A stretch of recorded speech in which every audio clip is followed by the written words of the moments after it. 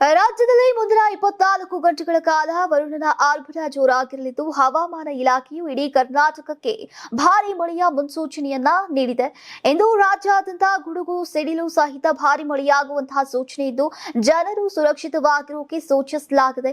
10 ಜಿಲ್ಲೆಗಳಿಗೆ orange alert ಭೀತಿ ಹವಾಮಾನ ಇಲಾಖೆಯು ಅತ್ಯಂತ ಕಠಿಣ ಮುನ್ಸೂಚನೆಯನ್ನ ನೀಡಿದ್ದು ರಾಜ್ಯದ ಪ್ರಮುಖ 10 ಜಿಲ್ಲೆಗಳಿಗೆ ಆರೆಂಜ್ ಅಲರ್ಟ್ ಅನ್ನು ಘೋಷಿಸಿದೆ. ನೀವು ಸಣ್ಣ ಆಗ್ಬೇಕಲ್ವಾ? ಅದು ಒಂದು ಉತ್ತಮ ಆಹಾರದಿಂದ ಸಣ್ಣ ಆಗ್ಬೇಕಲ್ವಾ? ಪ್ರತಿದಿನ ನಮ್ಮ ಜೀನಿ ಸ್ಲಿಮ್ ನ ಯೂಸ್ ಮಾಡಿ ಯಾವುದೇ ಸೈಡ್ ಎಫೆಕ್ಟ್ ಇಲ್ದಂಗೆ ನೀವು ಸಣ್ಣ ಆಗ್ತೀರಾ. ಈ ಜಿಲ್ಲೆಗಳಲ್ಲಿ ಅತಿ ಭಾರಿ ಮಳೆಯಾಗುವಂತಹ ಸಾಧ್ಯತೆ ಇದ್ದು ಜನಜೀವನ ಸಂಪೂರ್ಣ ಅಸ್ತವ್ಯಸ್ತಗೊಳ್ಳುವಂತಹ ಭೀತಿ ಎದುರಾಗಿದೆ. ಆರೆಂಜ್ ಅಲರ್ಟ್ ವ್ಯಾಪ್ತಿಯ ಜಿಲ್ಲೆಗಳನ್ನ ನೋಡೋದಾದ್ರೆ ಕಲಬುರಗಿ, ಬೆಳಗಾವಿ, ಧಾರವಾಡ, ಗದಗ, ಹಾವೇರಿ, ಚಿಕ್ಕಮಗಳೂರು, ಹಾಸನ್, ಕೊಡಗು, ಮಂಡ್ಯ ಮತ್ತು ಮೈಸೂರು ಈ ಭಾಗದ ಸಾರ್ವಜನಿಕರು ಅತ್ಯಂತ ಅನಗತ್ಯವಾಗಿ ಹೊರಗಡೆ ಸಂಚರಿಸದಂತೆ ಮತ್ತು ಜಾಗರೂಕರಾಗಿರೋಕೆ ಈಗ ಹವಾಮಾನ ಇಲಾಖೆ ಎಚ್ಚರಿಸಿದೆ.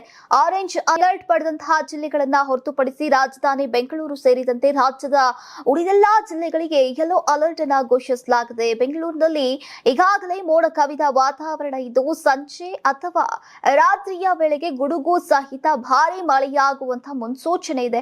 ಕರಾವಳಿ ಹಾಗೂ ದಕ್ಷಿಣ ಒಳನಾಡಿನ ಹಲವು ಭಾಗಗಳಲ್ಲಿ ಬಿರುಗಾಳಿ ಸಹಿತ ಮಳೆಯಾಗುವಂತಹ ಸಾಧ್ಯತೆ ದಟ್ಟವಾಗಿದೆ.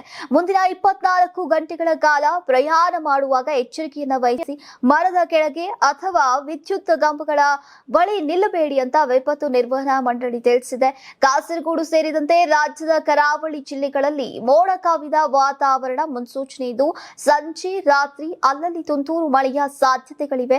ಆದರೆ ಭಾರತೀಯ ಹವಾಮಾನ ಇಲಾಖೆಯ ಮುನ್ಸೂಚನೆಯಂತೆ ಕಾಸರಗೋಡು, ದಕ್ಷಿಣ ಕನ್ನಡ ಜಿಲ್ಲೆಗಳ ಅಲ್ಲಲ್ಲಿ ಉತ್ತಮ ಮಳೆಯಾಗುವಂತಹ ಲಕ್ಷಣಗಳಿವೆ. ಇನ್ನು ರಾಜ್ಯದ ಕರಾವಳಿ ಜಿಲ್ಲೆಗಳಲ್ಲಿ ಮೇ 20ರಿಂದ ಮಳೆಯ ಪ್ರಮಾಣವು ಕಡಿಮೆಯಾಗುವಂತಹ ಸೂಚನೆಗಳಿವೆ.